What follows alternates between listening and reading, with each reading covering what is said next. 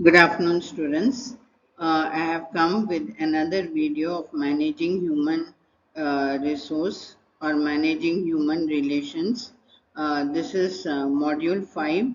I will be covering the questions and answers in module 5.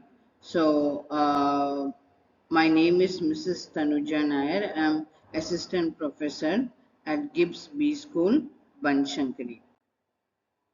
So these are the topics which I will be covering under module 5, that is employee relations, industrial relations, trade unions, industrial disputes, grievance redressal procedure and welfare legislations. So, first question is define and give the characteristics of employee relations. So, first we will see what is employee relations. Employee relations is otherwise known as industrial relations or labor management relations or labor relations. So, as the name suggests, it's a complex relationship between workers, management, and the government. So, these are the different names. So, only if when the industrial relations is smooth, will the industry do well, and all the participants in this industrial relations will also do well. That means it will be beneficial to workers, managers, as well as the government if there is smooth industrial relations. So, next we see the characteristics of employee relations or labor relations. So, it's a very complex relationship. That's the first characteristic. So, it's a complex relationship between the workers, management, and government. So, it's not very easy relationship because, as the second characteristic tells, it's a mixture of cooperation and conflict.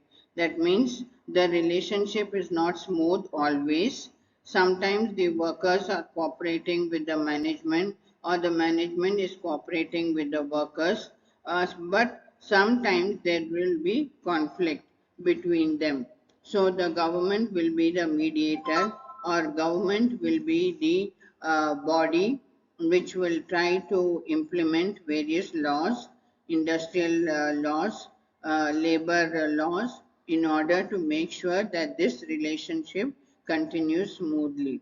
So there is, it's a complex relationship and there is a mixture of cooperation and conflict among these parties and it's interdisciplinary.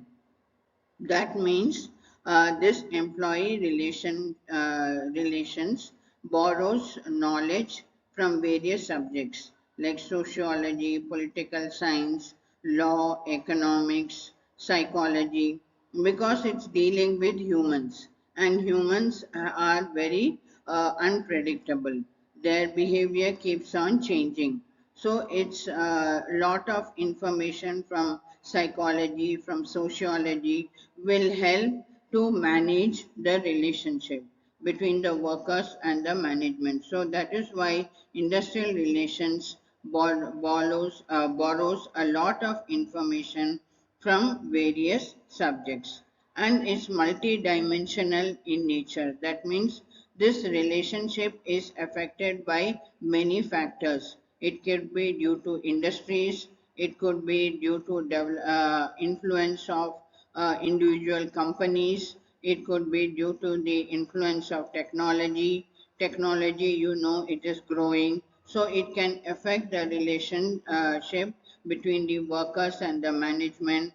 Economics is also a factor which influences this relationship. If the economy is doing well, there may be smooth relations between them. If the economy is in recession, the relationship between them may not be very smooth and it may lead into conflict. So it's multidimensional in nature. It is influenced by very many factors. So these are all the characteristics which tell about employee relations, which is otherwise known as labor management relations or industrial relations. Now the next question is, who are the parties to industrial relations? So the parties to IR is employees, employers and the government. So main component of this industrial relations, the main party is the workers. So they are the ones who keep the industries running. They are the ones who keep the production going. So they are a very important party in industrial relations. So they become members of trade unions. They demand better wages, more benefits, more allowances, bonus, etc. from the employers. They want better working conditions. They want better relations with the management. So the employees are a very big component in industrial relations. Next is the employers. The employers are also equally important because they are the ones who are providing jobs to employees. So they are providing them livelihood, they are giving them wages, they are giving them salaries, allowances, benefits, bonuses, etc. So they are an important component because they are the ones who are starting up the industries and the factories and providing jobs to the employees. So these employers become members of various employer associations and they try to bargain with the employees so that their interests are protected, but at the same time they have to make sure that the employees are also not misused by the employers. They should not be exploited by the employers. And government. Government is the mediator party between these two. So the government comes out with new rules, new regulations, new laws regarding labor.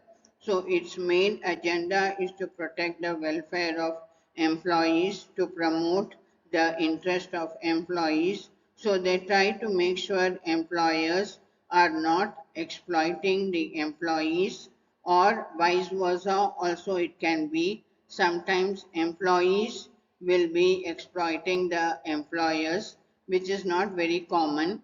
Commonly what we see, it is the employer who is exploiting the employees by paying them very less salaries or by overworking them and not paying them overtime or making them work in poor conditions, poor working conditions, not giving them the benefits, allowances, etc. So the government plays a very a mediator role. It balances this relationship between employees and employer. And if the conflict between these two parties goes out of control, then it is the court and the tribunals which is the final a place where the conflict is tried to sort it out, tried to be mediated between the employees and the employer. So these are the parties to. So the third question is, explain the nature of trade unions. So trade unions are those bodies where the employees become member of these trade unions, and the trade unions try to protect the interest of the workers who are their members, and they try to demand better wages, better salaries, better working conditions from the employers. So, what is the nature of trade unions? The first thing is, it is an association of voluntary nature. That means the employees are not forced to become members of trade unions. Voluntarily, if they want, they will become member of the trade union. That is the first point, which explains the nature of trade unions. Second one, it is a common interest, a common interest of employees and the trade unions which bring them together. So both of them are promoting and protecting the interest of employees. Both of them want better salaries, better wages, better working conditions, better allowances, benefits, bonus, etc. from the management. So they have a common interest, both of them. Both of them have similar problems and similar needs. So employees and trade unions come together because of that. The third point is bottom up authority approach. That means the people who are leading these trade unions, the trade union leaders, they are elected by the workers.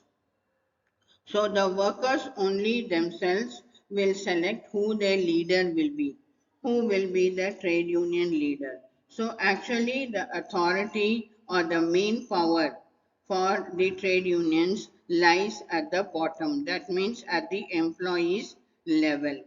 So the employees are more powerful in the trade union. They are the ones who are electing their leaders, and they are making sure that the leaders bargain for them so that they get the best wages, best salaries, and best working conditions in the industry. So the authority flows from bottom up. Usually in organizations, you see the authority flows from top to down, from top management to the lower level of employees. But in trade unions, you will see that the authority flows from bottom to the top. So the workers who are members of the trade unions, they are the actually powerful people. They are the authoritative people because they are electing their leaders, and their united collective power is quite powerful. They have a united collective approach. So, next point, which explains the nature of trade unions, is matching power with resources. So these employees who become the member of trade unions, they stand united, so their collective bargaining power is more. They are able to, by standing together, by uniting together, they can demand lot of things, and they can match up to the power of the management. So management is rich with resources. They have financial resources. They have material resources. So to match up to the resource power of the management, the trade union members use their collective bargaining power, which is good enough to match up to the power of the management. And the last point, which explains the nature of trade unions, is that trade unions are a subsystem of society. It is a subsystem of the socio-economical system because they are part of the society, they are part of the economic system. So they are the ones who help the employees to get the best deals from the management so that they get good salaries, good wages, and good working conditions and benefits from the management. So this is the third question, and here I have given an expanded explanation of these points. So employees have a voluntary association with the trade unions. Like I said, it's not forced. They become voluntarily member of trade unions, and both of them have a common interest. So that is why they come together, and it is the workers who choose their trade union leaders. So the trade union leaders are actually working for the workers. They are fighting for their demands, for their request to be met. So the workers are the ones who are having the authority. So authority flows from bottom to the top, unlike in other organizations. And the workers match the power of the management, the resource rich management, with their collective bargaining power. And trade unions are a subsystem of the socio-economic system. Their main aim is to protect and promote the interest of their employees, who are their members. So fourth question is, what type of problems trade unions face? So trade union leaders are usually elected by outside political parties. So these political parties, they are not bothered about the workers' problems or their interest. They are mainly making the trade union leaders to work for their own interest, for their some political need. They will be making the trade union leaders to work. So that's a major problem. There is lot of influence or interference of political parties in trade union activities. Multiple unions will be there. You see big factories, large factories, plants, there will be not one trade union. There will be many. So these trade unions, they will be competing with each other. So this disturbs the harmony and peace in industrial relations because these trade unions will be competing with each other. They will be trying to demand different things from the management. So the industrial relations gets affected, and this leads to a lot of union rivalry. There are two types of union rivalry. Rivalry means competition among the trade unions. So two types of rivalry is there: inter-union rivalry and intra-union rivalry. Inter-union means within the union. Within a trade union, the members or the leaders there will be competing with each other. They will be each trying to dominate the other. So that is inter-union rivalry. So intra-union rivalry is among the trade unions. When multiple trade unions are there in a factory or in a plant, these unions will be competing with each other. So this is favorable for the management because they think that this divide and rule policy will be good for them because they'll be so busy, the trade unions fighting with each other, that they will not demand much from the management. So this is favorable for the management if there is intra-union rivalry in their plant or in their factory where the trade unions are competing with each other. And recently, you see that trade unions are not doing so good. Not many employees are members of these trade unions. It has greatly reduced.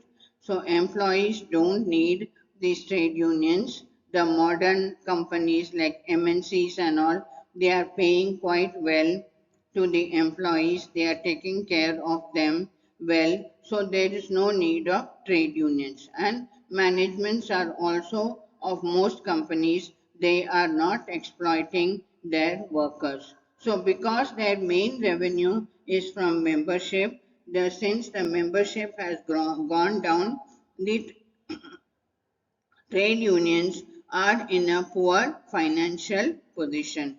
They are not financially very strong because their membership has been greatly reduced and that was their main source of revenue.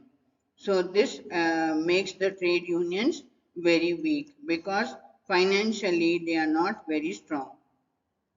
And inactive functioning, that's another problem because the trade unions are not very active nowadays. They have become weak financially. They will be not into many activities. They may not be very active in the companies. Just for namesake, maybe they will be there. So most of the trade unions today are not very active. And victimization is another problem. Those people who are member of trade unions, they are victimized or they are harassed by the management. Those people who are member of trade unions, they will be ill-treated by the supervisors, by the managers because they are member of the trade unions. So these are the some problems which trade unions face today. Then fifth question, discuss the causes of industrial dispute.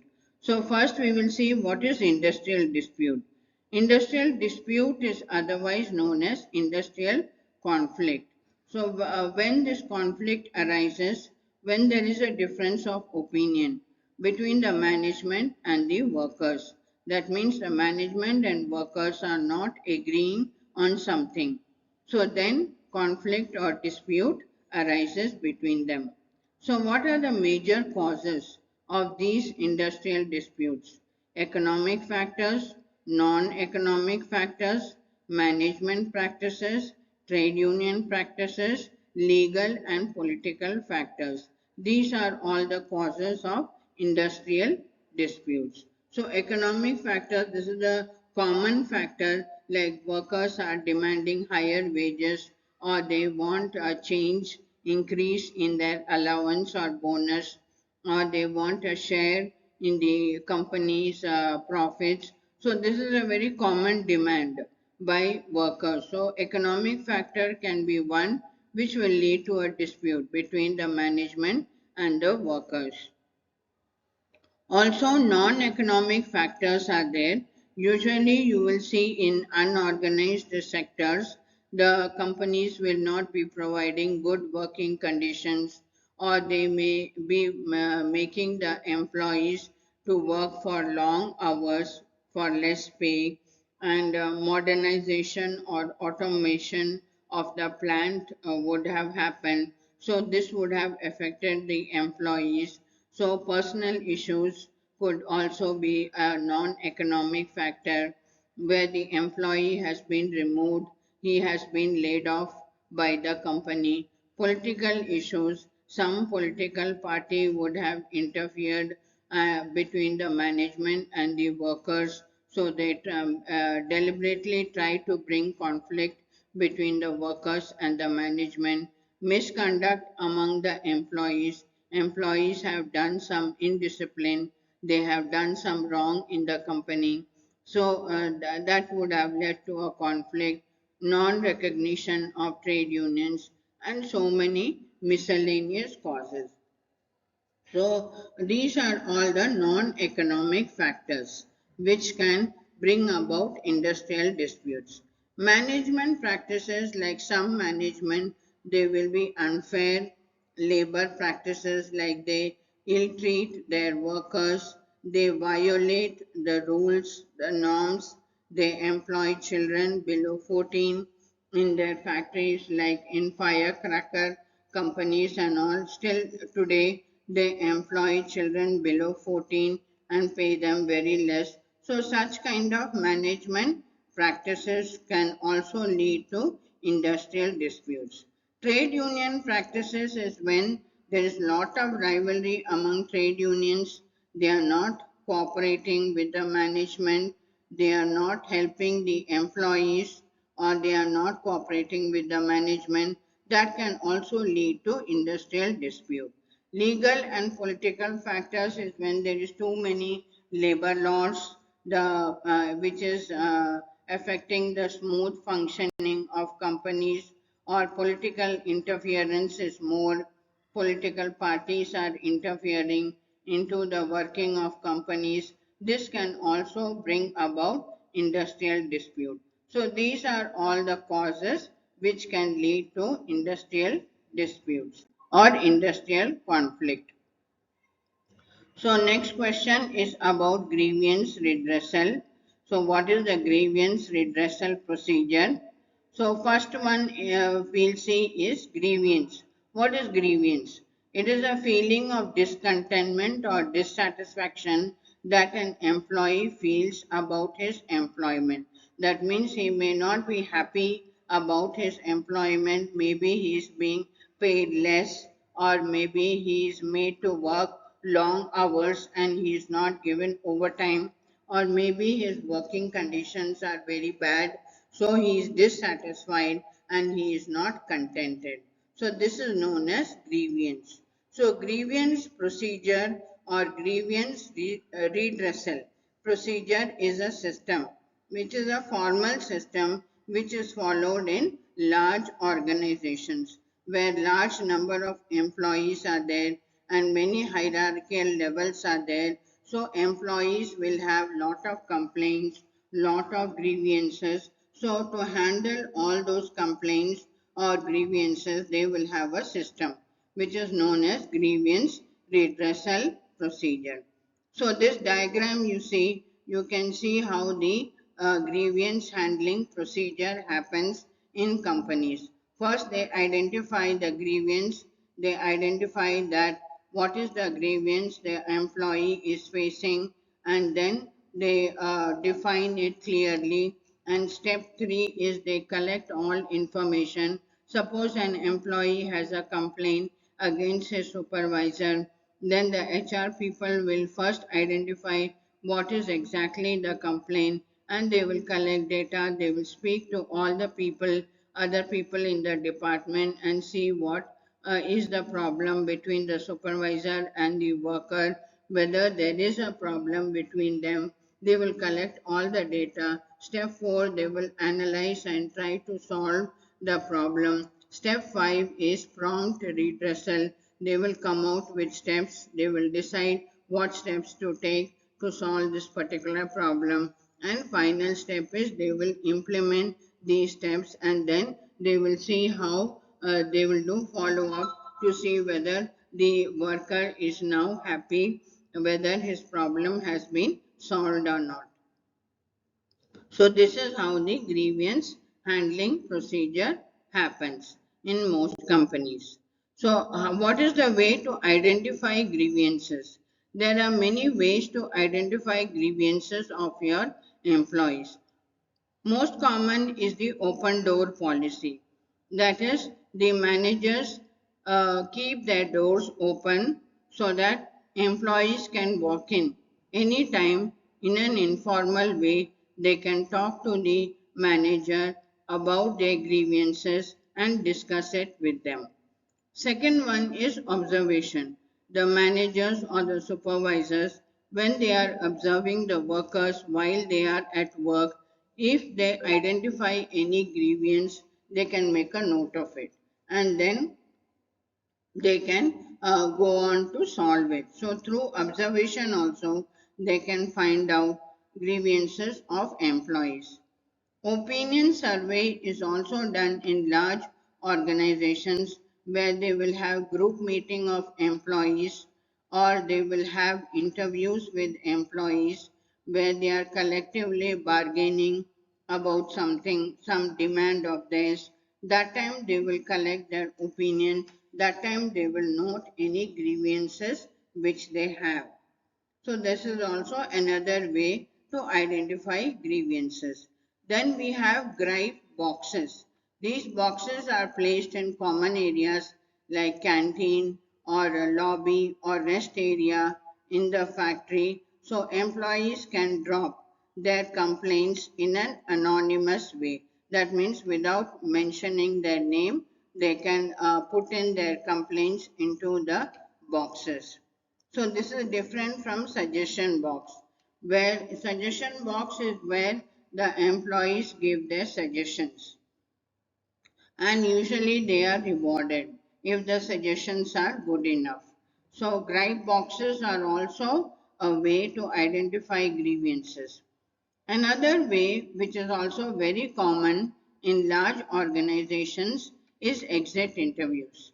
When the employee is leaving the organization for any reason, he may be leaving the organization. At the time of leaving, the HR people or the managers or supervisors, they conduct exit interviews. That means they ask questions in a very careful manner and collect information from that employee about his grievances.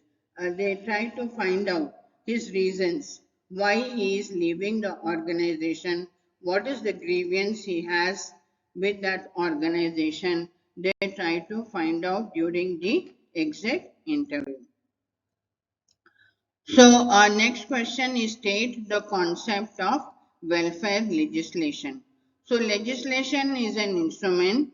It is used to control, guide and restrain the behavior of individuals and groups living in society. So legislation are nothing but some laws which are used to control the behavior of people in society so that they behave in a proper manner and they do not harm other people around them.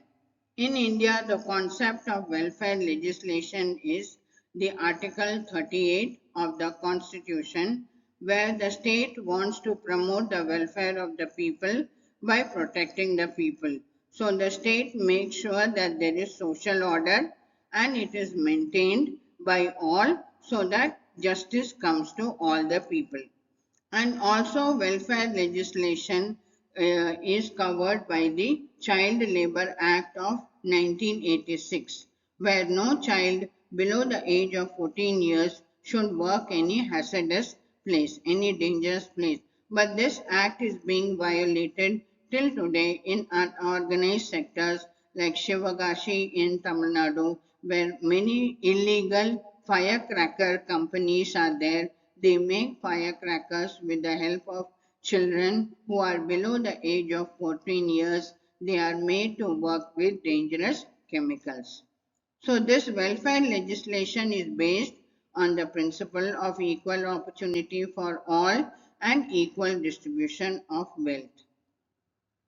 The welfare state tries to provide education, housing, sustenance, healthcare, pensions, unemployment insurance, sick leave or time off due to injury. Time off means getting leave because the employee is injured. Supplemental income where the employee gets a chance to earn extra income, equal wages. All this the state tries to provide through the welfare legislation. So, welfare acts also try to make sure that public transport, child care, social amenities like public parks, library, etc., is all provided to the people. So, we have women welfare, child welfare, scheduled caste welfare, welfare of OBC, welfare of disabled persons, labor welfare. All this comes under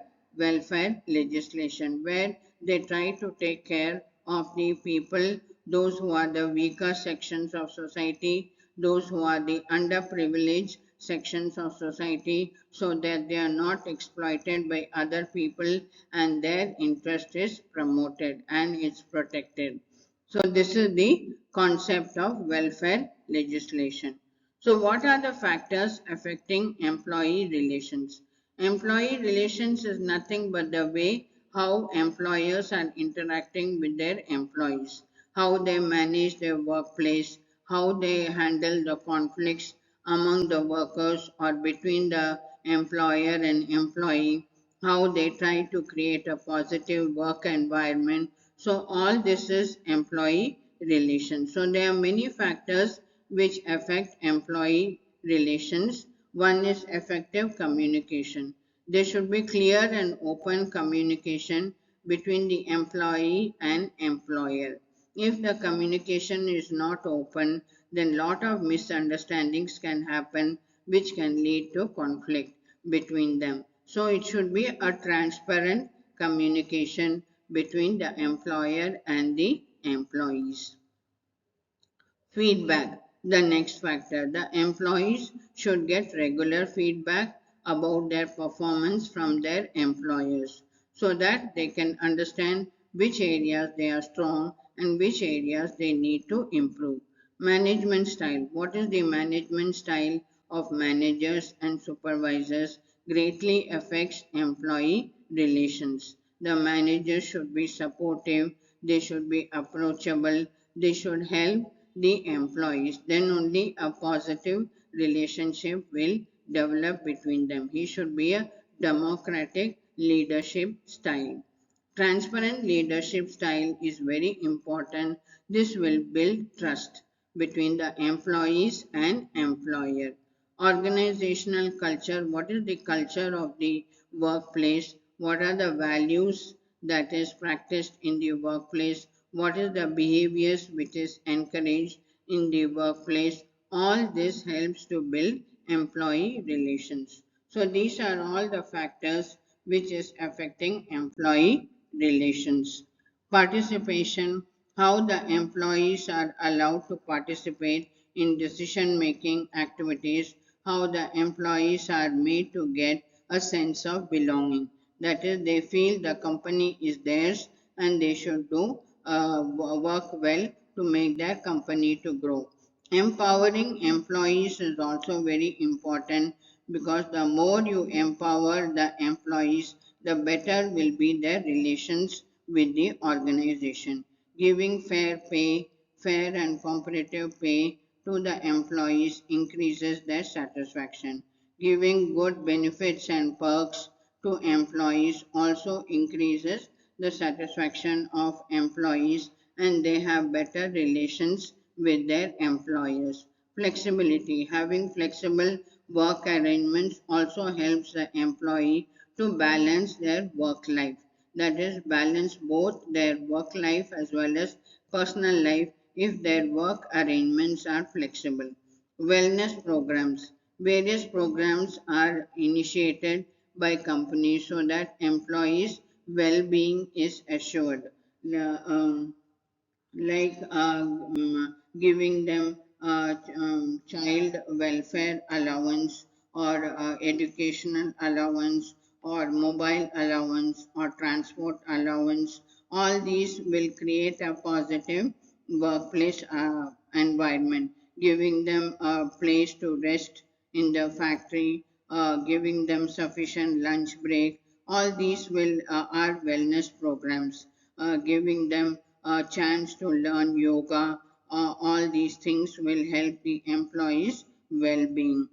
Counseling for employees. All these are wellness programs. There should be clear policies and procedures in the company so that any conflicts which arise can be quickly resolved so that the employee relations go smoothly, and also the employees get lot of opportunities to develop their skills to advance in their careers. If this is given to the employees, then the relationship between employer and employees will go on very smoothly. So these are all the factors which is affecting employee relations. Apart from that, stability, providing job security, a stable work environment, following the labor laws, being an ethical company, implementing clear organizational policies, giving fair treatment to employees,